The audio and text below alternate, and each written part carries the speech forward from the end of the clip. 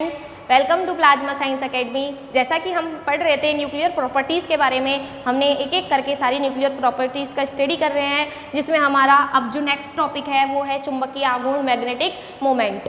देखिए, magnetic moment सबसे पहले समझेंगे कि होता क्या है। तो देखिए, जब हम किसी भी परमाणु की बात करते हैं तो परमाणु में क्या होता है, इलेक्ट्रॉन होता है जो कि क्या करता है, नाभिक के चारों ओर चक्कर लगा रहा है। ठीक है, चक्कर जब लगाता है तो इससे संबद्ध क्या होगा, कोणीय संवेग होगा, और जो कोणीय संवेग होता है उससे संबद्ध उसका चुंबकीय आघूर्ण उसमें उत्पन्न होता है। ठीक है, ये जो चुंबकीय आघूर्ण होता है, ये चुंबकीय आघूर्ण जो कोणीय संवेग है उसके क्या होता है, समानुपाती होता है। अगर अपन बात करें, जैसे चुंबकीय आघूर्ण को मैंने डिनोट कर दिया म्यू से।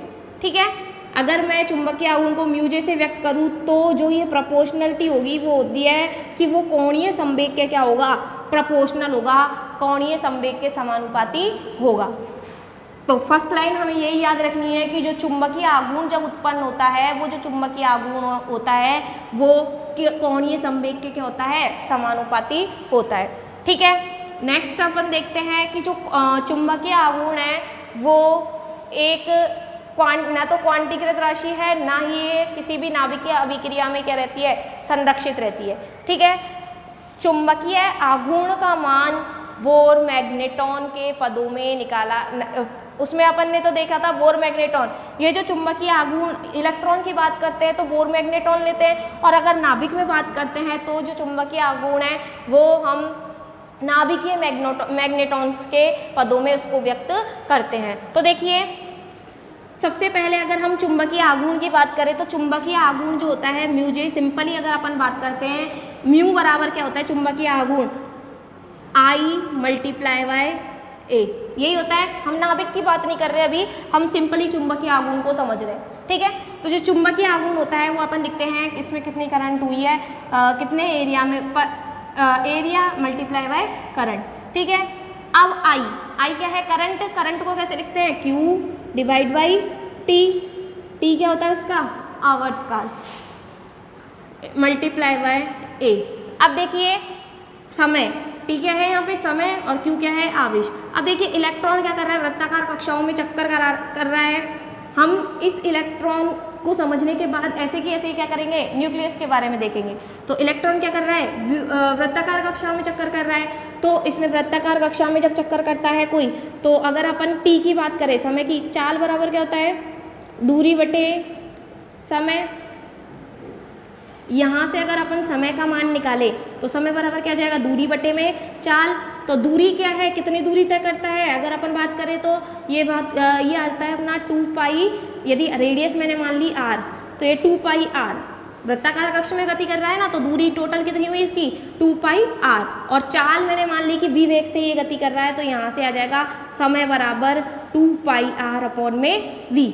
क्लियर, यहाँ से समझ में आ गया, चाल बराबर दूरी बटे समय, समय निकालेंगे तो दूरी बटे चाल। मैंने मान लिया कोई इलेक्ट्रॉन है जो वृत्ताकार कक्षा में चक्कर कर रहा है, तो दूरी कितनी हो गई, 2 पाई r, और वेग मैंने मान लिया कि v वेक्टर है। ठीक है, तो यहाँ से q अपॉन 2 पाई r, और ये जो v है इसको हम ऊपर पहुँचा देते हैं। ठीक है, ए क्या है, एरिया, तो एरिया क्या आ जाएगा, वृत्त का क्षेत्रफल क्या होता है, पाई r स्क्वायर। तो देखिए यहाँ से r कैंसिल हो गया, पाई से पाई कैंसिल हो गया, तो ये आ जाएगा क्यू वी आर अपॉन 2, यही आएगा। तो देखिए म्यू का मान अगर अपन देखें तो अगर अपन दोनों तरफ m से क्या कर दे, ऊपर और नीचे मल्टीप्लाई कर दे, यहाँ पे भी इसको m से मल्टीप्लाई कर दे, यहाँ से भी इसको m से मल्टीप्लाई कर दो, तो ये आ जाएगा Q M B R upon 2m। ठीक है, यहाँ से आ जाएगा एम बी आर को क्या लिखते हैं अपन, एम बी आर को लिखते हैं एंगुलर मोमेंटम। अगर अपन कक्षीय कोणीय संवेग की बात करें तो क्यू एल, ये आ जाएगा एल वेक्टर अपॉन में 2m। ठीक है, ये आता है अपने पास चुंबकीय आघूर्ण। इसमें देखिए अगर मैं दोनों तरफ ऊपर और नीचे एच कट से अगर इसको मल्टीप्लाई कर देती हूँ तो यहाँ से देखिए क्या आएगा, Q H cut upon 2m L vector upon में एच कट, यही आएगा। अब देखिए अगर मैं यहाँ पे इलेक्ट्रॉन की बात करती हूँ तो चार्ज क्या आ जाएगा, -e। अगर मैं नाभिक में अगर चुंबकीय आघूर्ण की बात करूँ तो वहाँ पे जो चार्ज आएगा वो आएगा +E। क्लियर। अगर मैं इलेक्ट्रॉन की बात करती हूँ तो मास किसका आएगा, इलेक्ट्रॉन का। और अगर मैं नाभिक के अंदर चुंबकीय आघूर्ण की बात करते हैं तो जो मास आएगा वो किसका आएगा, प्रोटॉन का। ठीक है, तो इसको ध्यान में रखना। म्यू बराबर क्या होता है, EH कट अपॉन में 2mp L वेक्टर अपॉन में H कट। तो देखिए म्यू बराबर क्या आता है, नाभिक की बात कर रहे हैं अपन यहाँ पे, क्योंकि हमें स्टडी किसके बारे में अध्ययन करना है, हमें नाभिक के बारे में अध्ययन करना है। तो नाभिक की अगर बात करते हैं तो Q का मान तो क्या आ जाएगा, EH cut as it is upon 2m m किसका, द्रव्यमान किसका लेना है, नाभिक का या प्रोटॉन का जिसमें द्रव्यमान लेना है। तो ये प्रोटॉन, ये L vector upon H cut. Clear. ये आता है अपने पास चुंबकीय आघूर्ण। अगर देखिए हम टोटल कोणीय संवेग की अगर बात करें तो L वेक्टर की जगह पे अपन क्या लिख सकते हैं, J वेक्टर भी लिख सकते हैं, क्योंकि ये तो क्या था, L केवल कक्षीय गति के कारण था। अगर हम टोटल एंगुलर मोमेंटम की बात करें तो यहाँ पे क्या आ जाएगा, J वेक्टर। इसको अपन म्यू J। क्लियर। अब देखिए ये जो EH cut upon 2mp, H cut क्या है, कांस्टेंट है, E क्या है, प्रोटॉन की आवेश, 2mp प्रोटॉन का मास। इसका जो इसको अपन बोलते हैं म्यू n, नाभिकीय मैग्नेटॉन। जैसे अपन इलेक्ट्रॉन में बोलते थे, इलेक्ट्रॉन में तो क्या जाता था, -E upon H cut 2me, मतलब मास ऑफ इलेक्ट्रॉन। तो वो जो मान आता था वो अपन ने बोला था म्यू b, बोर मैग्नेटॉन, जिसका मान लगभग होता था 9.24 मल्टीप्लाई बाय 10⁻⁻24 जूल पर टेस्ला। ठीक है, इस तरह से। लेकिन हमें क्या निकालना है, इसको हमने मान, हमें क्या निकालना है, नाभिक के बारे में स्टडी कर रहे हैं, तो ये मास जो लेंगे वो किसका लेंगे, नाभिक का। इसको हमने लिख दिया म्यू n, यह आ जाएगा J वेक्टर अपॉन में H कट। क्लियर। अब देखिए ये आ गया अपने पास म्यू J का मान। ये जो म्यू n होता है, म्यू n क्या है, नाभिकीय मैग्नेटॉन, नाभिकीय मैग्नेटॉन। ठीक है, तो जो हमारा जो चुंबकीय आघूर्ण जो होता है नाभिक का, वो नाभिकीय मैग्नेटॉन के पदों में व्यक्त किया जाता है। और इसका जो मान होता है वो होता है EH कट अपॉन में 2mp, और इसका अगर मान निकाले तो वो आता है अपने पास 5.0503 मल्टीप्लाई बाय 10⁻⁻27 जूल पर टेस्ला। ठीक है, ये हमारे पास क्या आता है, म्यू n, नाभिकीय मैग्नेटॉन का मान। अब देखिए ये जो नाभिकीय मैग्नेटॉन, ये जो चुंबकीय आघूर्ण जो होता है, वो जो चुंबकीय आघूर्ण है हम जानते हैं किसके कारण उत्पन्न हो रहा है, कोणीय संवेग के कारण। कोणीय संवेग में क्या लगता है, हाइजेनबर्ग अनसर्टेनिटी प्रिंसिपल, है ना। इसी प्रकार से यहाँ पे भी हाइजेनबर्ग अनसर्टेनिटी प्रिंसिपल के हिसाब से देखें तो इसमें वही, इसकी डायरेक्शन और मान एक साथ नहीं निकाल सकते हैं, तो हम एक स्पेसिफिक डायरेक्शन में इसका मान निकालते हैं। ठीक है, ये जो H वेक्टर है, H वेक्टर क्या है अपने पास, कांस्टेंट है। ठीक है, तो यहाँ से ये जो है अपने पास ये मान आया, यहाँ पे ये भी कांस्टेंट है और ये भी कांस्टेंट है। तो देखिए हम इससे क्या लिख सकते हैं कि जो हमारे पास जो चुंबकीय आघूर्ण होता है वो किसके प्रोपोर्शनल होता है, म्यू n J वेक्टर के प्रोपोर्शनल होता है, क्योंकि H तो क्या है, कांस्टेंट है। ठीक है, म्यू J मतलब चुंबकीय आघूर्ण म्यू n J वेक्टर के प्रोपोर्शनल होता है। यहाँ से प्रोपोर्शनली कांस्टेंट हटाने के लिए गुणक आता है, एक फैक्टर आता है, म्यू J बराबर GJ म्यू n, ये J वेक्टर। देखिए अगर अपन कोणीय संवेग किसके, चुंबकीय आघूर्ण अगर अपन कक्षीय गति के लिए निकाले तो म्यू L आ जाएगा। अगर हम कोणीय चुंबकीय आघूर्ण किसके लिए निकाले, स्पिन मोशन के लिए निकाले तो म्यू S आ जाएगा। यहाँ पे जैसे अब हमारे पास टोटल एंगुलर मोमेंटम के लिए जो फैक्टर ले रहे हैं वो ले रहे हैं GJ। ठीक है, इसी प्रकार से अगर अपन कक्षीय गति के लिए निकाल रहे चुंबकीय आघूर्ण तो यहाँ पे आ जाएगा GL। यदि हम किसके लिए निकाल रहे हैं, यहाँ पे आ जाएगा L वेक्टर। और यदि अपन स्पिन मोशन के लिए निकाल रहे हैं तो म्यू S बराबर क्या आ जाएगा, GS म्यू n और S वेक्टर। GL की वैल्यू जो होती है वो होती है अपने पास 1 और GS की वैल्यू होती है हमारे पास 2। फिक्स है। क्लियर। और ये जो जी है वो कहलाता है अपना नाभिकीय जी फैक्टर, जहाँ जी जे ये होता है नाभिकीय जी गुणक।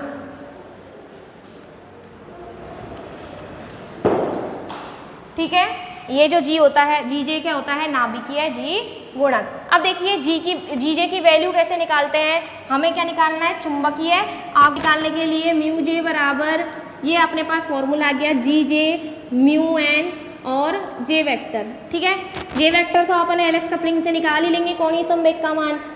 अब हमें म्यू एन का मान फिक्स है ही है, निकालना क्या है, जी जे का कैसे पता चले, तो जी जे के लिए एक फॉर्मूला होता है, नाभिकीय गुणक जी जे के लिए एक फॉर्मूला होता है, जी जे बराबर G L plus minus G S minus G L upon 2L plus 1, ये होता है जी जे का फॉर्मूला।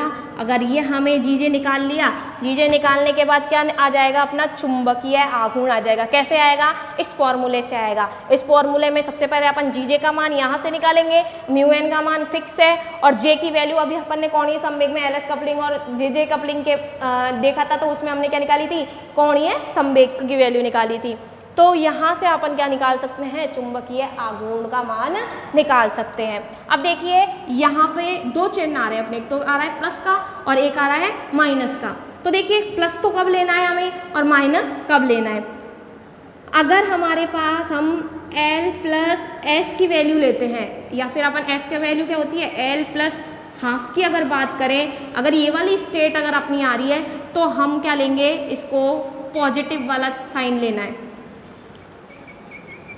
ठीक है, और यदि L माइनस एस वाली स्टेट ले रहे हैं, मतलब J की जो वैल्यू आ रही है वो किस स्टेट पे आ रही है, तो अगर L माइनस हाफ वाली स्टेट पे आ रही है तो ये आएगा नेगेटिव। ठीक है, ये वाला सिग्नेचर क्या लेना है अपन को, नेगेटिव लेना है। और यदि L प्लस हाफ वाली स्टेट आ रही है J के लिए, तो उसमें अपन को ये क्या लेना है, पॉजिटिव साइन लेना है। अब देखिए हम Gl, Gs और Gl इनकी वैल्यू भी अगर अपन अयुग्मित इलेक्ट्रॉन्स, अगर अयुग्मित प्रोटॉन्स और न्यूट्रॉन्स, क्योंकि नाभिक के अंदर क्या उपस्थित है, प्रोटॉन और न्यूट्रॉन। अगर हम प्रोटॉन की बात करें, मतलब प्रोटॉन के लिए अगर अपन देखें तो होती है, वो होती है Gl की वैल्यू होती है 1 और Gs की वैल्यू होती है 5.586। ठीक है, और यदि प्रोटॉन के लिए, ये क्या है अपने पास, प्रोटॉन के लिए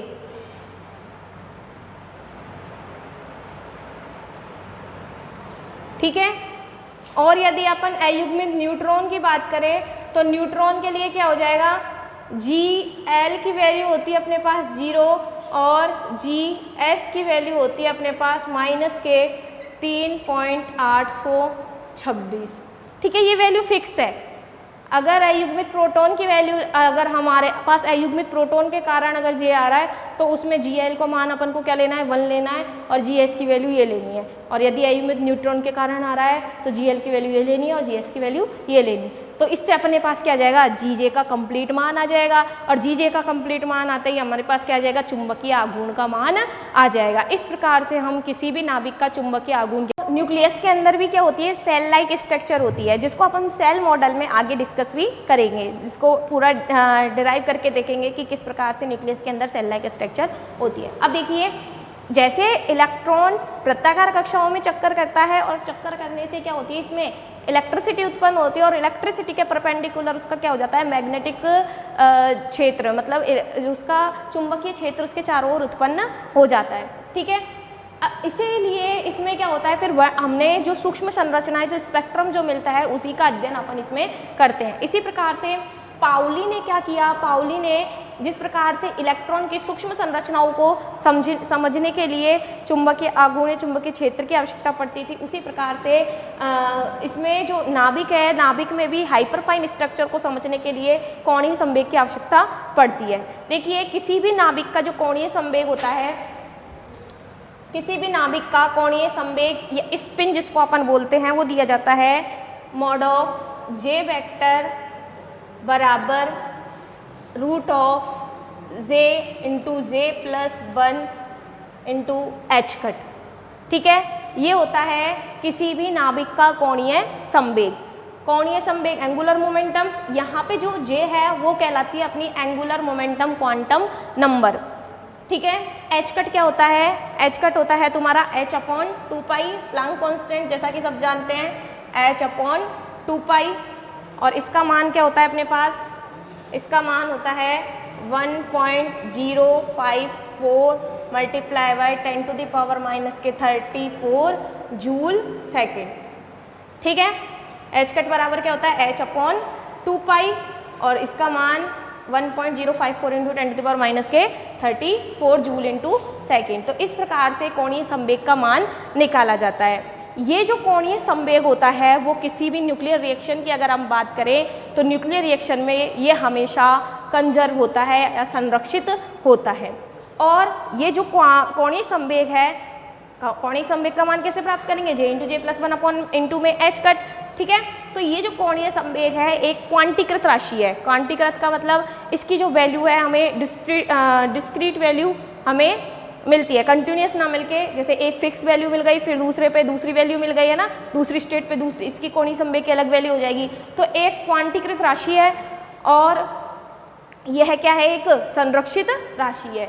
उसके बाद देखिए ये तो हो गया अपना टोटल एंगुलर मोमेंटम। अगर हम स्पिन एंगुलर मोमेंटम की बात करें, स्पिन मोमेंटम जो होता है वो भी इसी प्रकार से दिया जाता है, मॉड ऑफ एस वेक्टर बराबर root of S into S plus 1 multiply by H cut. ठीक है, यहाँ पे जो एस होता है वो होता है तुम्हारा स्पिन क्वांटम नंबर। ये तो क्या है? Total angular momentum. देखिए जे बराबर होता है अपना L vector plus S vector. जो टोटल एंगुलर मोमेंटम होता है वो, क्योंकि हम जानते हैं इलेक्ट्रॉन क्या होता है? कक्षीय गति करता है और स्पिन मोशन भी करता है, तो उसका जो टोटल एंगुलर मोमेंटम हम लिखते हैं तो उसकी कक्षीय गति के कारण और उसकी स्पिन के कारण जो मोमेंटम होगा दोनों को लिखेंगे। इसी प्रकार से अपन नाभिक के अंदर भी जो टोटल एंगुलर मोमेंटम होगा वो उसकी कक्षीय गति के कारण क्या एंगुलर मोमेंटम है और उसकी स्पिन मोशन के कारण उसका क्या एंगुलर मोमेंटम है वो हम इसमें डिस्कस करेंगे। तो टोटल जो एंगुलर मोमेंटम दिया जाता है वो दिया जाता है जे वेक्टर बराबर जे into J plus 1 H cut से, और अगर स्पिन मोमेंटम की बात करें तो वो दिया जाता है S into S plus 1 into में एच कट। वही एच कट क्या है? अपना प्लांक कांस्टेंट, और एस क्या है? एस क्या है? Spin quantum number. क्लियर? देखिए यहाँ पे हम जानते हैं वेग का मान अनिश्चितता के सिद्धांत, हाइजेनबर्ग का जो हमने अनसर्टेनिटी प्रिंसिपल पढ़ा था उसमें हमने पढ़ा था जी कि कोणीय संवेग जो है उसकी कोई भी अगर हम देखें तो उसका मान और उसकी दिशा, एक ही दिशा में उसका मान और उसकी डायरेक्शन हम एक ही समय पर नहीं निकाल सकते। तो हम क्या करते हैं, इसकी कोई भी एक स्पेसिफिक डायरेक्शन मान लेते हैं जे जेड।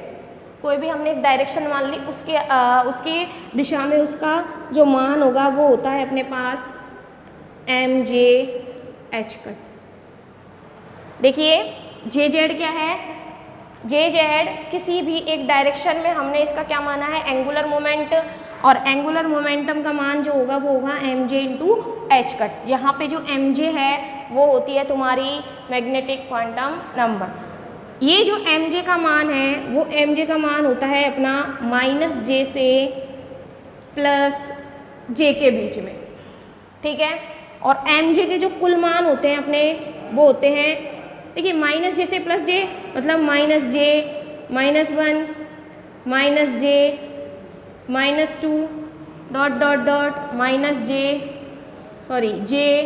-1 और जे, यहाँ से माइनस जे -1 माइनस जे -2, इस प्रकार से कुल मिला के अपन के पास इस प्रकार से एम जे के मान आते हैं। और कुल जो मान आते हैं अपने एम जे के वो होते हैं अपने 2l+1 2l+1 मान इसके हमारे पास एम जे के मान आते हैं।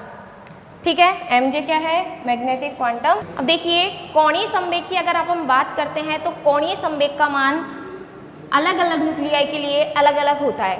देखिए किस प्रकार से निकालते हैं। यदि हमारे पास ए क्या होती है, द्रव्यमान संख्या, यदि द्रव्यमान संख्या का मान क्या है, सम, मतलब सम द्रव्यमान संख्या वाले अगर परमाणुओं की बात करें या नाभिकों की बात करें तो उसमें दो प्रॉपर्टी बन सकती है। देखिए सम संख्या, क्योंकि ए क्या है अपना, द्रव्यमान संख्या, द्रव्यमान संख्या किसका योग होती है, न्यूट्रॉन प्लस प्रोटॉन का योग होती है। तो द्रव्यमान संख्या सम कब होगी, जब न्यूट्रॉन सम हो और प्रोटॉन भी क्या हो, सम हो, तभी अपने पास द्रव्यमान संख्या क्या हो सकती है, सम हो सकती है। दूसरी, अगर न्यूट्रॉन का मान क्या हो सकता है, विषम हो, और प्रोटॉन का मान भी अगर विषम हो, तब अपने पास क्या हो सकती है, ए का मान क्या आएगा, हमेशा सम। जैसे एग्जाम्पल लेते हैं, न्यूट्रॉन मेरे पास है 3 और प्रोटॉन भी मेरे पास है 3, ठीक है, 3 + 3 कितना हो जाएगा, 6। तो ए का मान क्या है, हमें हमारे पास इवन, ठीक है, सम मतलब इवन। तो ये अपने पास आ गया इवन नंबर, मतलब अगर इसका मान ऑड है और इसका मान भी ऑड है तो हमारे पास ए का मान क्या आएगा, इवन। तो देखिए दो कंडीशन इसमें बन सकती है। ए का मान सम कब होगा, जब हमारे पास न्यूट्रॉन क्या है, सम है, और प्रोटॉन भी क्या है, सम है। क्लियर। यदि हमारे पास न्यूट्रॉन क्या है, विषम, और प्रोटॉन की संख्या भी क्या है हमारे पास, विषम, ठीक है। एक कंडीशन तो हमारे पास ये बनी। दूसरी जो कंडीशन बनेगी वो बनेगी ए अगर हमारे पास आ जाए विषम। अब ए विषम कब होगा, ए ऑड कब होगा, देखिए ए ऑड कब होगा, जब न्यूट्रॉन की संख्या क्या हो, सम हो, और प्रोटॉन की संख्या क्या हो, विषम हो। या फिर हम बोल सकते हैं न्यूट्रॉन की संख्या तो क्या हो, विषम हो, और प्रोटॉन की संख्या क्या हो, सम हो, सम संख्या में होनी चाहिए, ठीक है। तो देखिए दो कंडीशन बनती है, हमें क्या निकालना है, एंगुलर मोमेंटम का मान निकालना है कि किस प्रकार से न्यूक्लियाई का मान, न्यूक्लियाई के एंगुलर मोमेंटम का मान निकाला जाता है। तो देखिए यदि कोई भी नाभिक की बात करते हैं जिसकी द्रव्यमान संख्या क्या है, अपने पास सम है, ठीक है। सम कब होगी, दो कंडीशन में हो सकती है, या तो उसमें न्यूट्रॉन की संख्या सम हो और प्रोटॉन की संख्या भी क्या हो, सम हो, तो कुल जो द्रव्यमान संख्या जो आएगी वो हमारी सम आएगी। दूसरी कंडीशन, यदि न्यूट्रॉन की संख्या विषम हो और प्रोटॉन की संख्या भी क्या हो, विषम हो, तो उस कंडीशन में भी हमारे पास द्रव्यमान संख्या क्या आएगी, सम ही आएगी। नेक्स्ट, ए विषम हो, विषम कब हो सकती है, जब न्यूट्रॉन सम और प्रोटॉन विषम, या फिर दूसरी भाषा में बोले तो न्यूट्रॉन विषम हो या प्रोटॉन सम हो।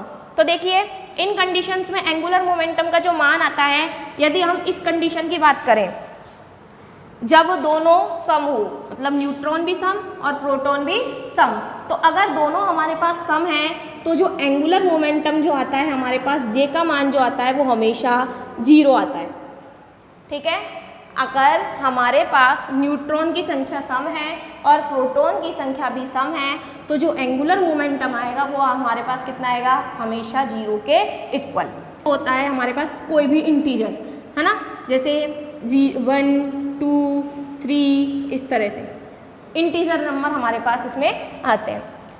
अगर हम इनकी बात करें, अगर ए विषम है और न्यूट्रॉन सम और प्रोटॉन विषम है, ठीक है, अगर ए विषम है तो इस दोनों कंडीशन में ही हमारे पास जो जे की वैल्यू आएगी वो जे की वैल्यू आएगी हमारे पास हाफ इंटीजर, जैसे 1/2 आ गया, 3/2 आ गया, 5/2 आ गया, इस तरह से हमारे पास हाफ इंटीजर के रूप में जे की वैल्यू आती है, अर्धपूर्णांक के रूप में इनकी वैल्यू आती है।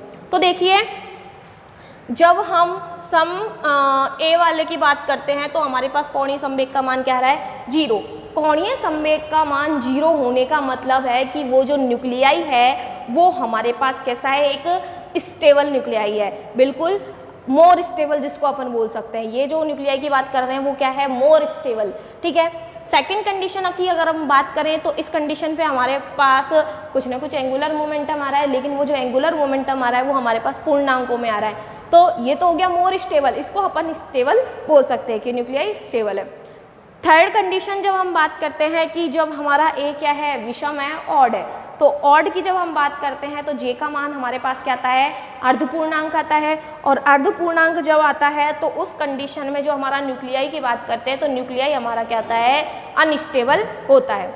ठीक है, अब देखिए हम बात कर रहे थे कोणीय संवेग की, तो हमने देखा कि जब ए का मान हमेशा विषम होगा तो हमारे पास जो जे का मान मतलब कोणीय संवेग का जो मान आएगा वो हमारे पास आएगा हाफ इंटीजर आएगा, और जो अपना न्यूक्लियाई होगा वो क्या होगा, अनस्टेबल होगा। अब देखिए अगर हम विषम ए वाले नाभिक की बात करें, विषम ए का मतलब या तो प्रोटॉन उसका क्या होगा, सम होगा, और न्यूट्रॉन की संख्या क्या होगी उसमें, विषम होगी। या फिर उल्टा बोल सकते हैं कि न्यूट्रॉन की संख्या क्या हो, प्रोटॉन की संख्या विषम हो और न्यूट्रॉन की संख्या क्या हो, सम। तो दोनों ही कंडीशन में हमारे पास अनस्टेबल न्यूक्लियाई आता है। लेकिन अगर प्रोटॉन या न्यूट्रॉन की संख्या या तो 20 हो, 28 हो, 50 हो, 82 हो, 126 हो, ये नंबर फिक्स है। क्लियर, या तो न्यूट्रॉन या प्रोटॉन की संख्या इनमें से 20 हो, 28 हो या 50 हो या 82 हो या 126 हो, तो इस कंडीशन में जो हमारे पास जो न्यूक्लियाई की बात करते हैं वो न्यूक्लियाई मोर स्टेबल न्यूक्लियाई होता है। और इन जो ये जो नंबर है हमारे पास, उन नंबरों को बोला जाता है मैजिक नंबर। ठीक है, ये जो नंबर है उन नंबरों को क्या बोला जाता है, मैजिक नंबर, क्योंकि इस कंडीशंस में हमारा जो न्यूक्लियाई होता है वो मोर स्टेबल न्यूक्लियाई होता है। क्लियर, ये बात हमें ध्यान रखनी है। आगे देखिए हमारे ज्ञात करने की विधि।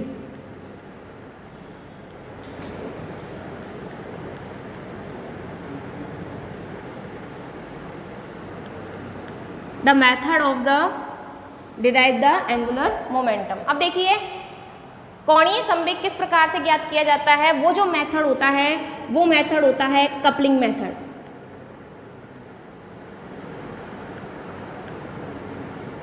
युग्मन जिसको अपन बोलते हैं। तो देखिए कपलिंग का सीधा सीधा अर्थ अपन देखें तो एक सिस्टम अगर दूसरे सिस्टम से इंटरेक्ट करता है तो उस चीज़ को अपन बोलते हैं कपलिंग। जैसे सिंपल डेली लाइफ का एक एग्जांपल लेते हैं, जैसे मोटर सबके घरों में होती है। मोटर में देखिए एक तो होता है अपना मैकेनिकल उसका जो मशीन होती है, ठीक है, मैकेनिकल इंजन होता है उसका, और इंजन के साथ उस मोटर में होता है अल्टरनेटर। ठीक है, अल्टरनेटर और जो इंजन है, इंजन अपनी ऊर्जा जब अल्टरनेटर को देगा तभी वो मोटर क्या करेगी, वर्क करेगी। मतलब एक सिस्टम जब दूसरे के साथ इंटरेक्ट करेगा तो उसी चीज़ को अपन बोलते हैं कपलिंग। क्लियर, यहाँ पे कपलिंग का क्या अर्थ है, देखिए कपलिंग जो है यहाँ पे न्यूक्लियस की बात करें तो दो प्रकार से होती है। पहली होती है अपनी एलएस कपलिंग,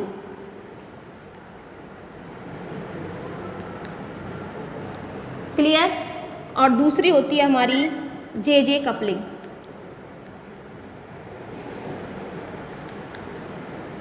ठीक है, दो प्रकार से युग्मन हो सकता है, एलएस युग्मन और जेजे युग्मन। देखिए एलएस युग्मन जो होता है वो होता है हल्के नाभिकों में। यदि हम हल्के नाभिक की बात करते हैं तो उसमें आता है एलएस कपलिंग, और यदि अपन भारी नाभिक की बात करते हैं तो उसमें हम पढ़ते हैं जेजे कपलिंग। ठीक है, अब इसमें कपलिंग किसकी हो रही है, angular momentum, orbital angular momentum और स्पिन एंगुलर मोमेंटम के बीच के कपलिंग हो रही है। तो ये जो कपलिंग है इनकी स्टडी से हम एंगुलर मोमेंटम का डिराइव कर सकते हैं, उसका मान निकाल सकते हैं। तो देखिए सबसे पहले अपन पढ़ते हैं एलएस कपलिंग के बारे में। एलएस कपलिंग हम जानते हैं कि हम टोटल जो एंगुलर मोमेंटम लिखते हैं वो कैसे लिखते हैं, J बराबर L प्लस S, यही लिखते हैं टोटल एंगुलर मोमेंटम।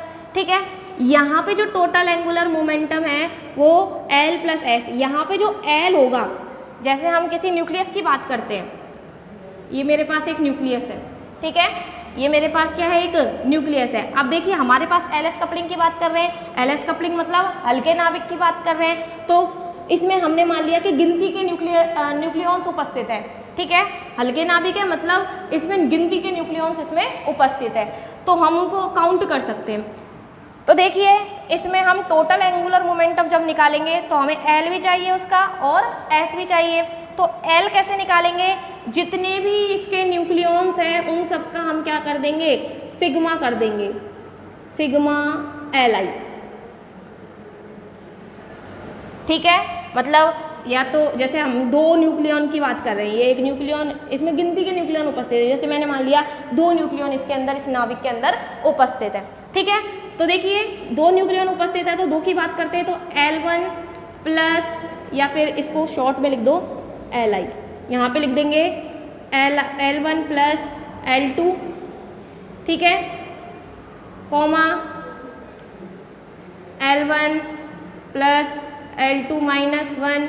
इस प्रकार से L1 प्लस L2 से L1 माइनस L2 तक इसका मान निकाल सकते हैं। ठीक है, तो ये तो आ जाएगा अपने पास total angular orbital angular momentum. अगर हम इसकी स्पिन की बात करें तो स्पिन भी क्या आ जाएगी, स्पिन बराबर आ जाएगी सिग्मा एस आई। ठीक है, और स्पिन की वैल्यू जो होती है अपने पास वो हमेशा 1/2 ही लेके चलते हैं। ठीक है, और 1/2 से अगर अपन स्पिन की वैल्यू निकालें, एस बराबर अपन देखी थी कि स्पिन मोमेंटम जब निकाला था तो √s × s plus 1 multiply by H cut. S का मान हमेशा क्या लिखते हैं इसमें 1/2, तो यहाँ से देखिए 1/2, ये 1/2 प्लस 1 इंटू में एच कट, तो यहाँ से क्या आ जाएगा 1/2 और प्लस 1 क्या आ जाएगा 3/2, और ये आ जाएगा √3/2 एच कट, ये आ जाएगी एस की वैल्यू यहाँ से। ठीक है, तो यहाँ पे भी एस की वैल्यू क्या लिख देते हैं, sigma L I plus sigma S I.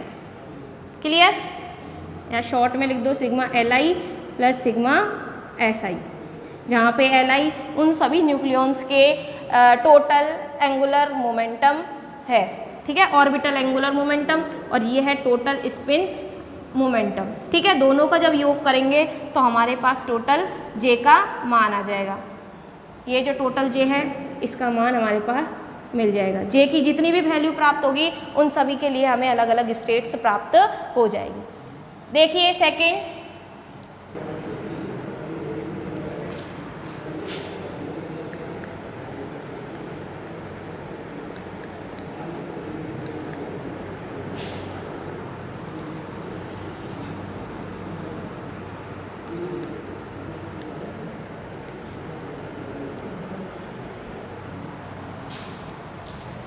कौन है, देखिए नेक्स्ट अपन पढ़ रहे हैं जे कपलिंग।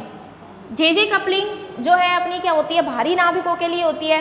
तो देखिए हमने जब एलएस कपलिंग के बारे में पढ़ा था तो एलएस कपलिंग में कुछ गिनती के ही न्यूक्लियाई उपस्थित है, तो हमने क्या करा, उनका total angular orbital angular momentum निकाल लिया, टोटल स्पिन एंगुलर मोमेंटम निकाल लिया, और फिर दोनों को क्या कर दिया, ऐड कर दिया।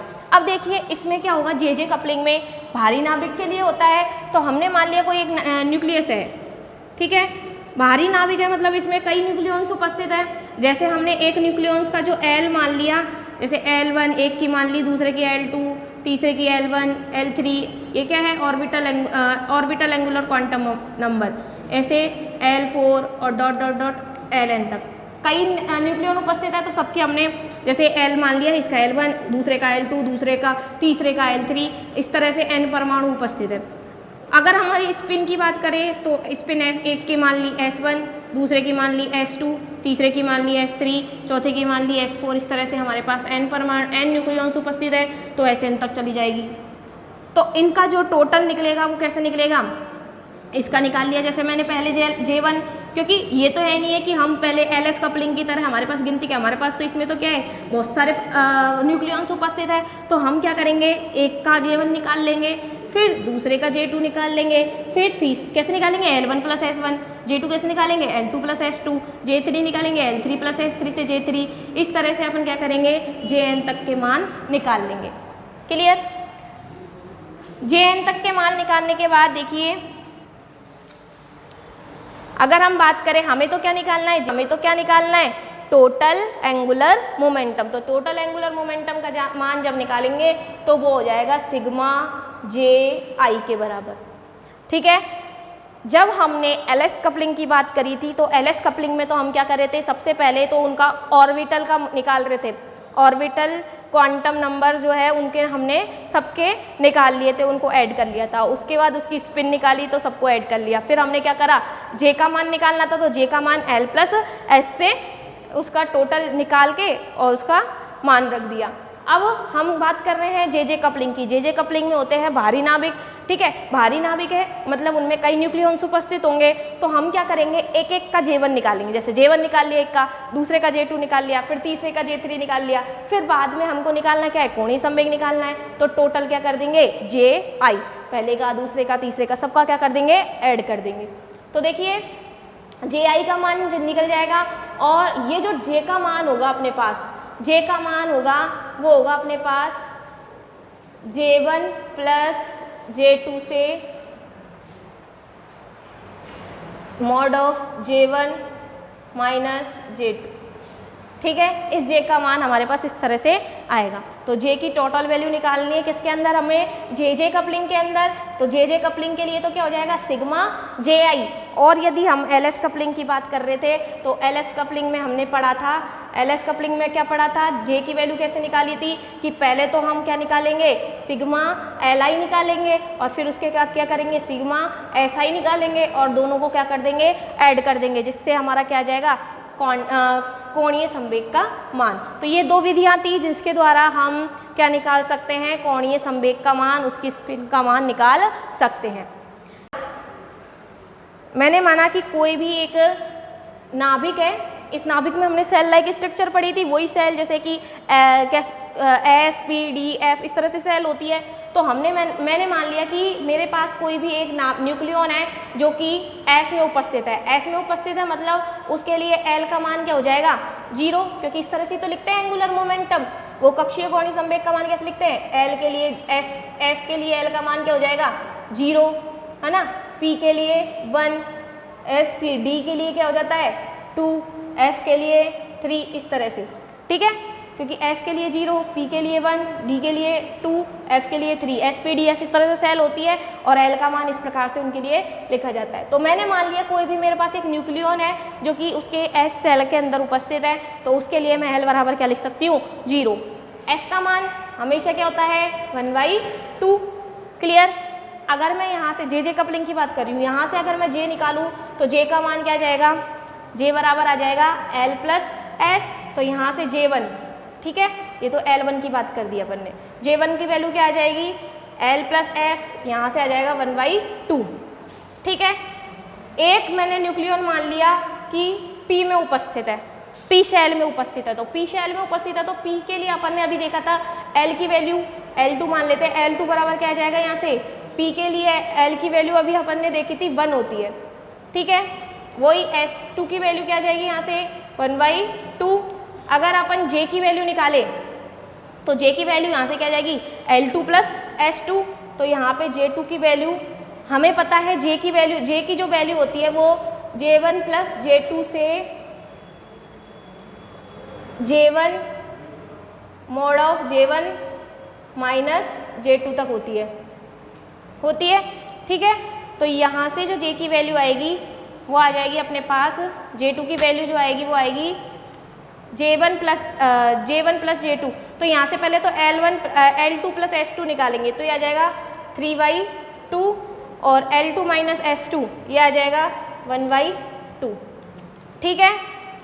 ये तो हमने दो न्यूक्लियॉन मान लिए कि एक के लिए तो जो S सेल में उपस्थित है, एक न्यूक्लियॉन मान लिया P सेल में उपस्थित है, इसके लिए J1 निकाल लिया, इसके लिए J2 निकाल लिया। अब J कपलिंग से हम क्या जानते हैं कि J कपलिंग के लिए जो टोटल एंगुलर मोमेंटम होता है वो सिग्मा Ji के बराबर होता है। मतलब जितने भी न्यूक्लियॉन उसमें उपस्थित है उन सब के एक एक के योग के बराबर अपन उसको लिख देंगे। तो टोटल अगर अपन J की बात करें तो टोटल J का मान देखो क्या आ जाएगा, यहाँ से J1 प्लस J2 से J1 माइनस J2 तक। तो J1 प्लस J2 करो, सबसे पहले इसको और इसको ऐड करते हैं तो J1 प्लस J2 ये आ जाएगा 3/2 और 1/2, दोनों को ऐड करेंगे तो क्या आ जाएगा 2।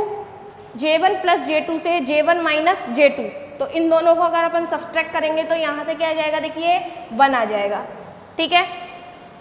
और इन दोनों को भी ऐड करेंगे क्योंकि ये भी तो J2 का मान है, तो इन दोनों को अगर ऐड करेंगे तो 1/2 माइनस 1/2 0 और 1/2 और 1/2 क्या हो जाएगा, 1 ही आएगा। हर स्टेट को अपन एक ही बार लिखते हैं। तो देखिए फिर से समझ लीजिए एग्जाम्पल, हमने कोई एक न्यूक्लियन लिया है जो कि S सेल में उपस्थित है, दूसरा न्यूक्लियन P सेल में उपस्थित है। S सेल में उपस्थित है मतलब उसके लिए L1 की वैल्यू क्या होगी 0, S1 की वैल्यू फिक्स होती है 1/2, तो इससे हमने J1 का मान निकाल लिया। उसके बाद P की बात करिए, P सेल में उपस्थित है तो P सेल के लिए क्या होता है L2 1 होता है, S का मान फिक्स ही है तो इससे J2 का मान निकाल लिया। और हम जानते हैं JJ कपलिंग से क्या होता है, टोटल एंगुलर मोमेंटम जो होता है सारे न्यूक्लियंस का क्या हो जाता है, सम होता है। तो इसके लिए और इसके लिए दोनों को क्या कर दिया हमने, सम कर दिया। ठीक है, तो ये होता है अपना कोणीय संवेग।